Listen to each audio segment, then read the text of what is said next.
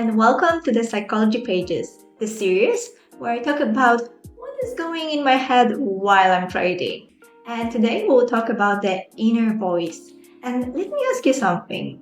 How would you feel if you would have a roommate who would stand all the time behind you and whatever you would do, he would criticize you?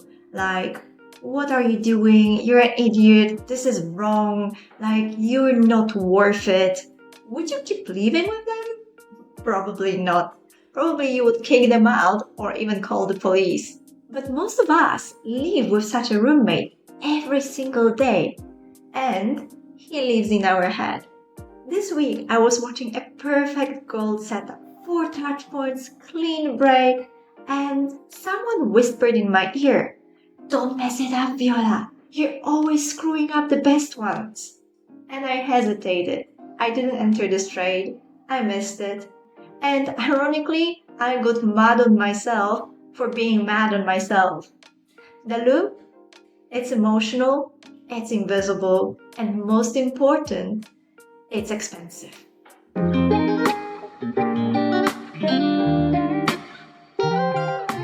a long time, I thought being harsh with myself was discipline.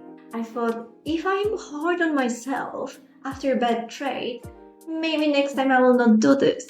Well, biology works differently. When you say to yourself things like, "That was stupid, I should have known this, I'm terrible at this," your brain doesn't hear the lesson, but your amygdala hears the threat. Your brain starts to react to self-criticism as it reacts to the danger. So the cortisol goes up, heart rate increases, and your vision narrows. And the first thing that goes offline is your prefrontal cortex. So the area of the brain that is responsible for reasonable thinking. And it means that without it, you are not thinking clearly and you don't have anymore your trading plan. In my trading diary, I realized that my inner voice appears as 3 characters. The first one is the judge, and it appears after the loss. And then he says, "See, you're not a real trader. What are you doing? What is this? Another loss?" The judge creates the shame, and the shame creates the revenge. And within minutes, you are in another trade, just to prove it that he is wrong.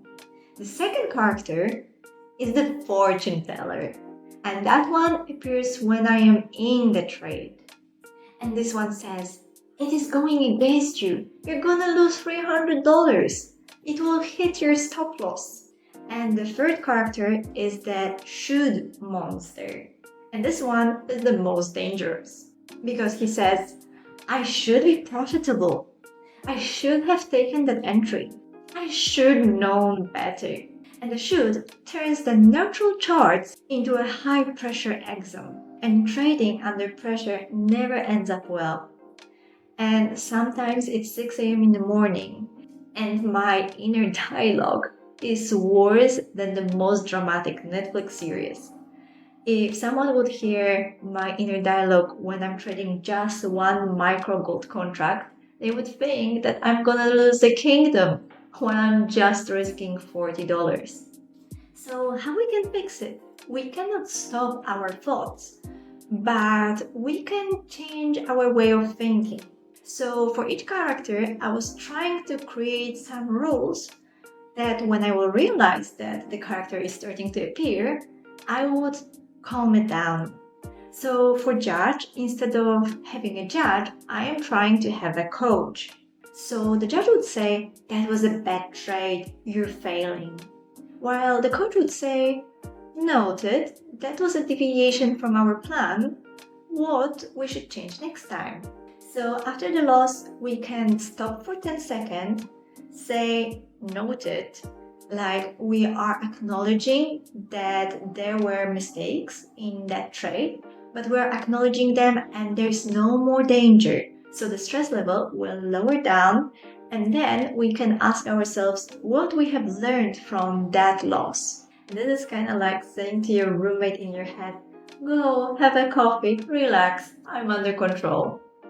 To deal with the fortune teller, which appears when we are in a trade, I would say close the laptop, close the charts, and for example, if you're on a 5 minute, check the charts every 15 minutes. Don't look at them all the time. Let the free candles print out and then see after 15 minutes what to do. If you're, for example, on a 15-minute time frame, check every hour. If you're in 1 minute, then maybe every 5 minutes check the charts. But don't look at them every time, because then you're starting to think like, oh my god, I'm going into the loss, I will lose everything. And in this way, after 15 minutes, for example, if you're on 5-minute time frame, you're checking the charts. Oh, okay, this happened. I'm acknowledging it. Nothing bad happened. And in the meantime, you were not stressing out about that. And when you're opening it again, you're just acknowledging what happened. And the should monster is the worst one to get rid of, because obviously we all want to succeed. But as all of us are different and we are learning with different speed, different curvature, we should just acknowledge what we've already done, how far we got there. And instead of saying like, I should be there already, you should say, oh my god, I'm already knowing so much. I know this, I know that, I know when the price is doing this, I should do that. Most of the people, they don't know anything about the chart and you already know so much. So here's the part which I really want you to remember. Your inner dialogue is the part of your risk management. So if you spend the session bullying yourself that you are not disciplined, you are flooding your nervous system with stress. The markets are already uncertain, so you don't need to add more uncertainty by making yourself feel unsafe in your own head. So we cannot control the first thought which is coming to our head, but we are responsible for the second one which comes after. And progressing trading isn't just about better entries, but it is also about how safe we are feeling in those setups. So stop being your own judge and become your own coach. And your bank account and your nervous system will feel the difference. And in the next psychology pages, I want to talk to you about specific phase. When you're not a beginner anymore, you're not bad at trading anymore, but you're still not consistent or profitable. And you are almost there. And this almost creates such a pressure that it can be heavier than the beginning ever was. And if that video helped you to understand your reactions at least a little bit, this is already a progress. Let me know in the comments below which inner voice is the loudest for you.